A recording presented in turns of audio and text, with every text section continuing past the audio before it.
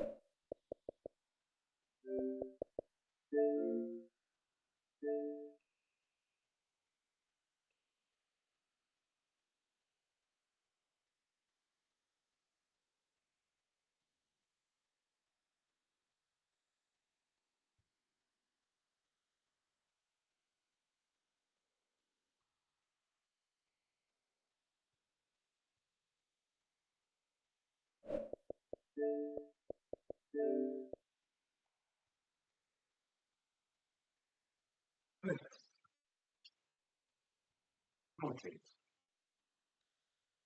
Yeah.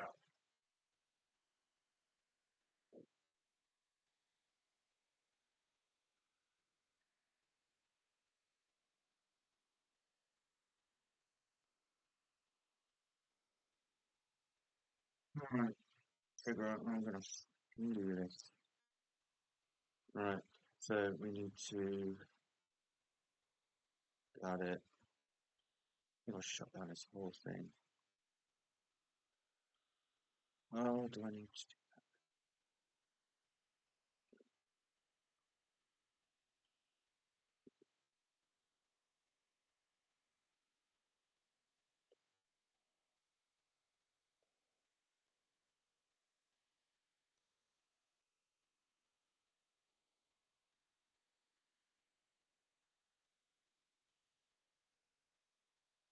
Right.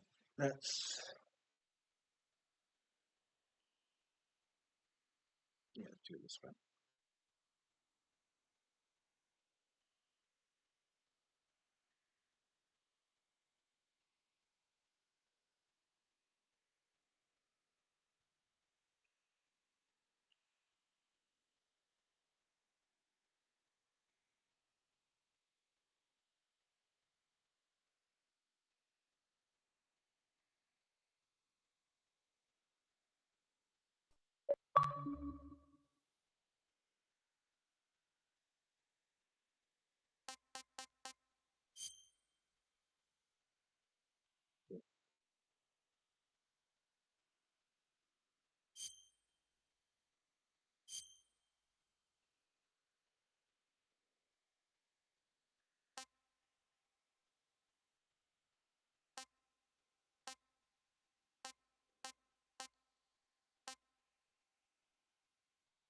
Definitely performance.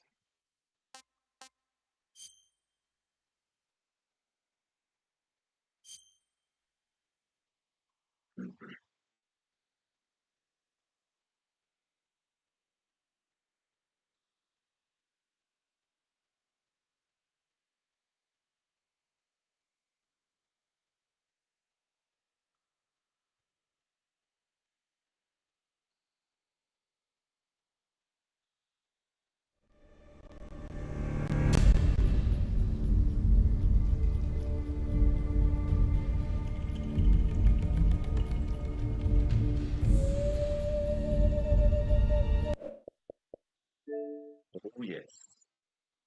Oh no.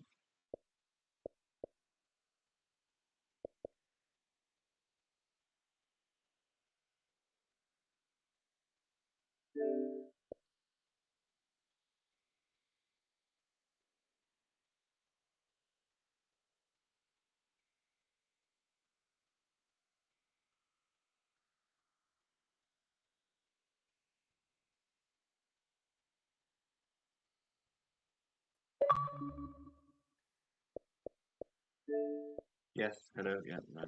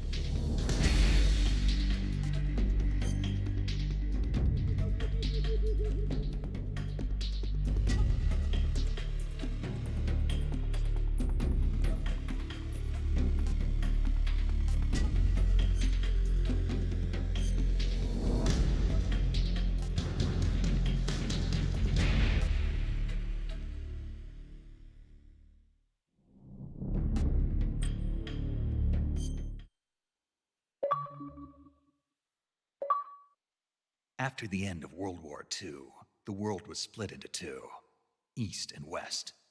This marked the beginning of the era called the Cold War.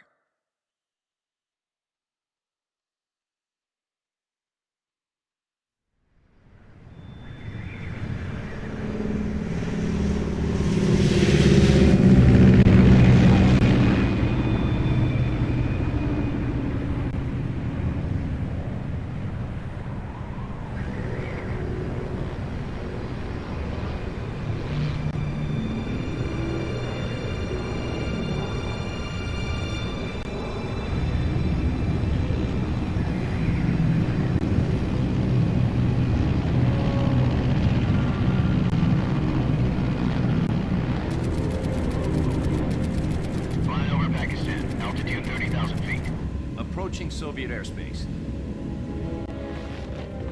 20 minutes to drop off. Commencing internal depressurization. Equipment check. Arm main parachute. All right. Ready to go. Drop zone still showing a high pressure mass. Cav okay. Good. We've got high visibility.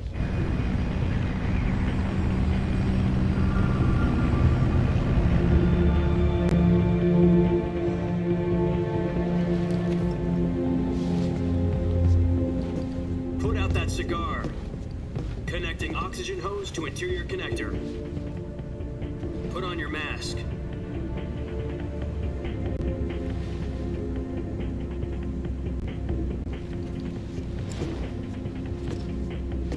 Does this panty waste know what he's doing? Approaching release point. 10 minutes to drop off. Hey, are you deaf?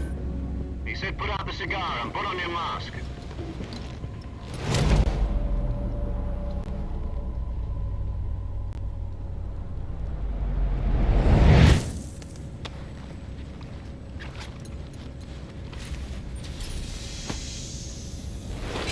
Depressurization complete.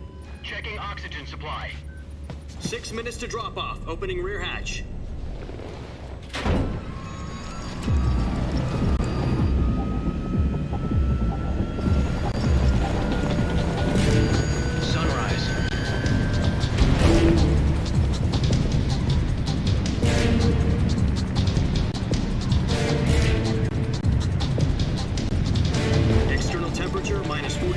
Celsius.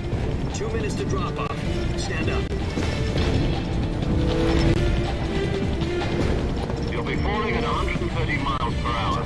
Try not to get frostbite from the wind chill. 1 minute to drop off. Move to the rear. Activate bailout bottle. This is one for the history books. The world's first halo jump. 10 seconds to drop off. Stand by. Status okay, all green. Prepare for drop-off. Countdown. 5, 4, 3, 2, 1. Spread your wings And fly. God be with you.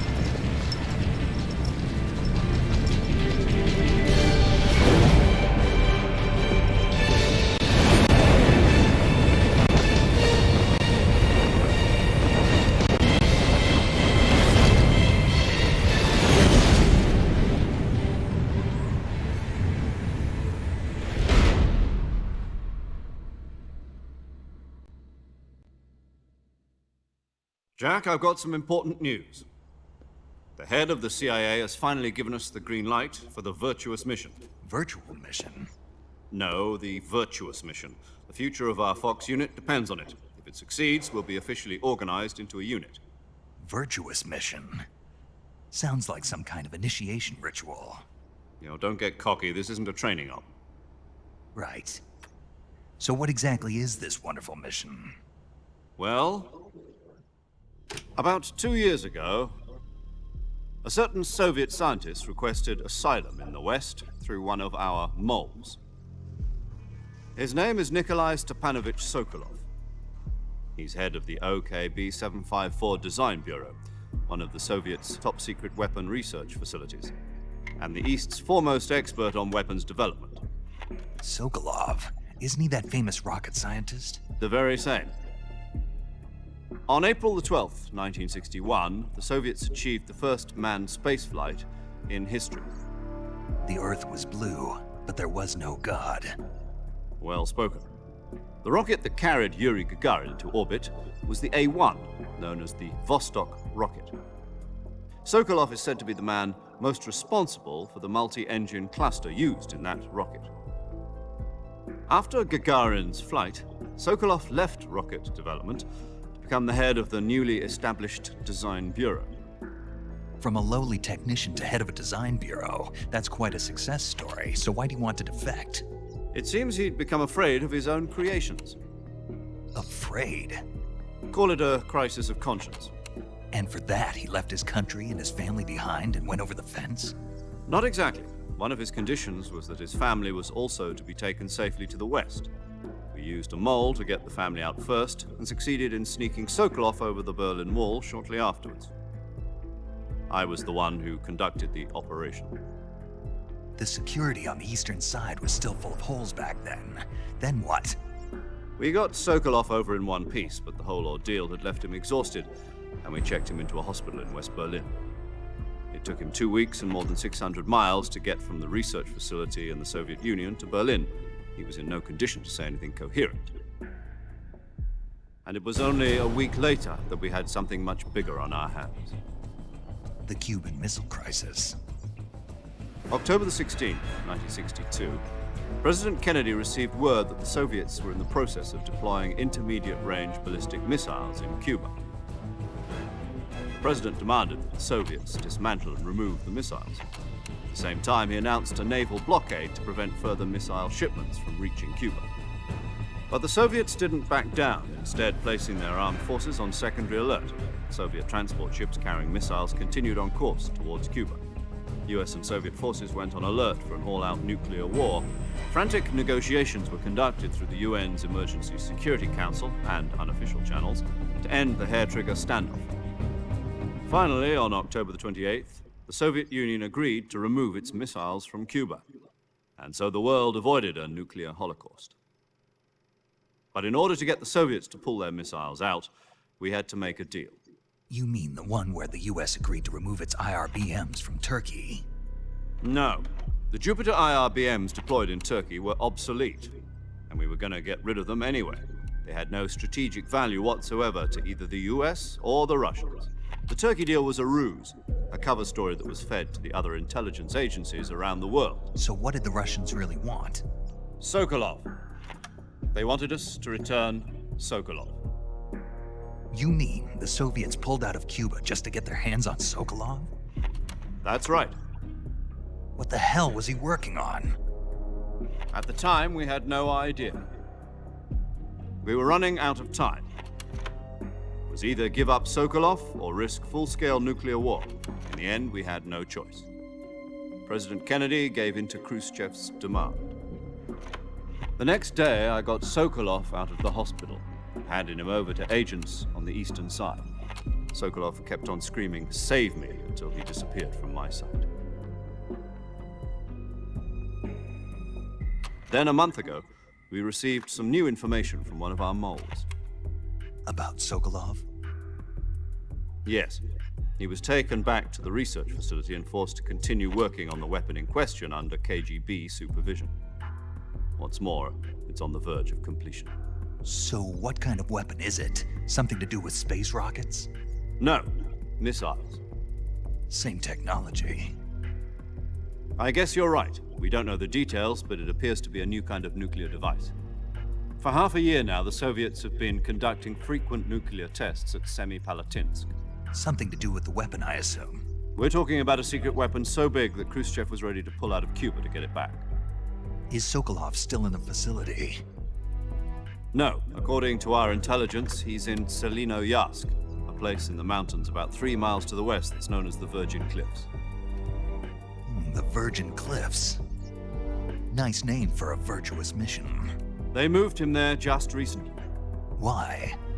Apparently, they're conducting a field test of the weapon, but it's our best chance to get him back. This mission would never have been possible if he was still in the research facility. This is our last chance. Sokolov must have known that too when he contacted us.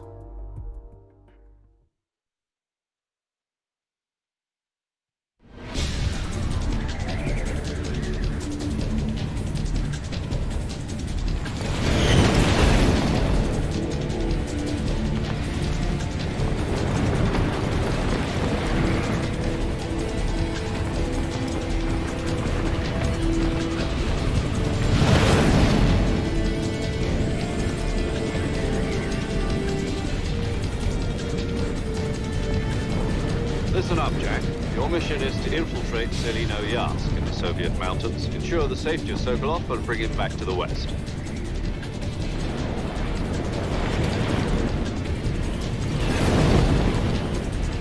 If we don't get Sokolov back before that weapon is complete, we'll be facing a major crisis.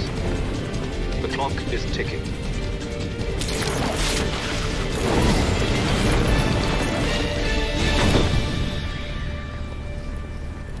Once we've confirmed the rescue of Sokolov, stand by at the recovery point. A recovery balloon will be dropped at that point. Helium will be pumped into the balloon to inflate it. The process takes about 20 minutes. Once it's complete, the gunship's arm will latch onto the balloon and pull it up. The Fulton surface-to-air recovery system. I'm familiar with the theory. Take it easy.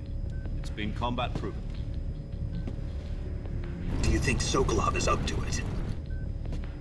The shock will be less than during a parachute jump, and the arm can handle up to 500 pounds. So you're planning on going over the border in a single combat Talon? She's equipped with two 6-barrel 20mm Vulcan cannons, as well as two 40mm machine guns. Sounds like she could hold her own against a battalion of tanks. Even with the fuel in the reserve tank, we're facing a 4-hour time limit. If all goes well, it shouldn't take more than a few hours. Home in time for dinner. But if anything goes wrong, you'll be eating dinner, breakfast, and all the rest of your meals in the jungle.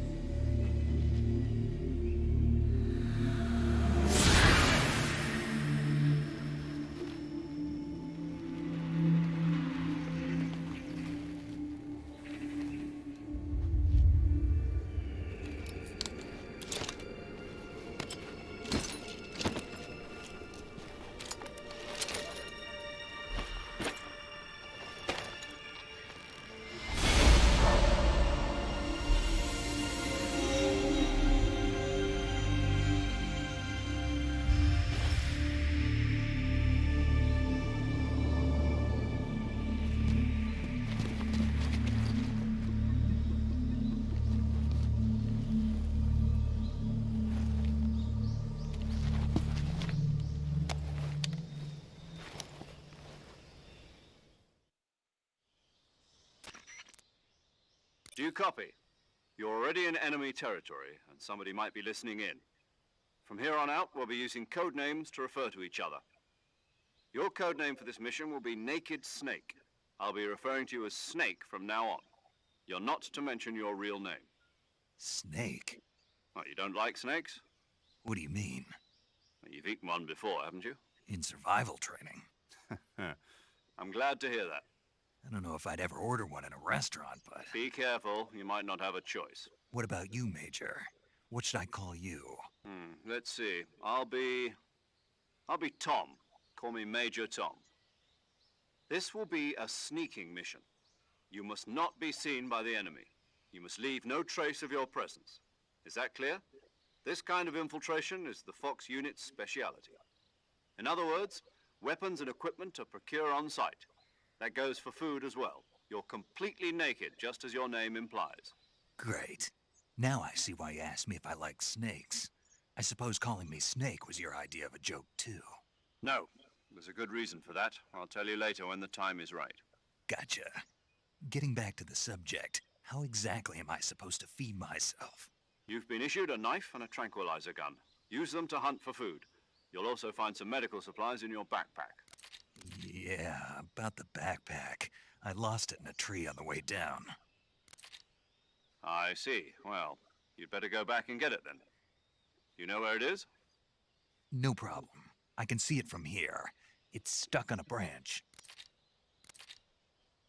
To climb a tree, stand in front of a tree that's covered in ivy and press the action button. I'll be monitoring your progress over the radio. We can't risk violating Soviet airspace, but I'll be in the gunship. My frequency is 140.85.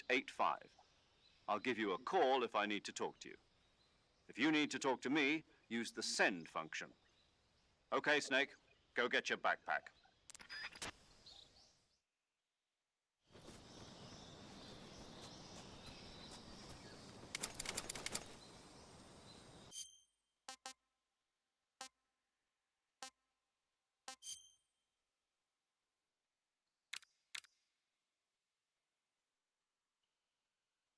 I need to fix this quick.